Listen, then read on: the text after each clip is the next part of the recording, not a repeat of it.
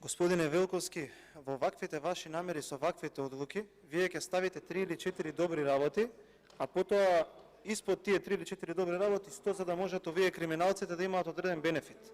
Во оваа одлука, да, има за администрацијата, да, има одреден дел кој што е недоволен, но и за студентите, има и одредени други работи кои што се добри за одбраната, но се многу помалку од овие од другава страна на медалата. Ние за оваа одлука ќе гласаме воздржано, затоа што секогаш сме го кажувале нашиот принципиелен став. 1 денар да е за народот, за компаниите, ние ќе го поддржиме без разлика какво е. Ама не можеме да гласаме за, кога од една страна треба ваквите криминалци, кои што ги трошеле парите за тендери во 4 очи, не плаќале струја, валата да им ја плаќа струјата затоа што не се ја вршеле работата. Инаку се согласувам дека во оваа одлука сите средства кои што се со студентите, здравствените работници, администрацијата и приватниот сектор треба да завршат кај нив затоа што тие се суеверен на буџетот на целата држава. И тука е, мислам, целата работа јасна. Благодарам.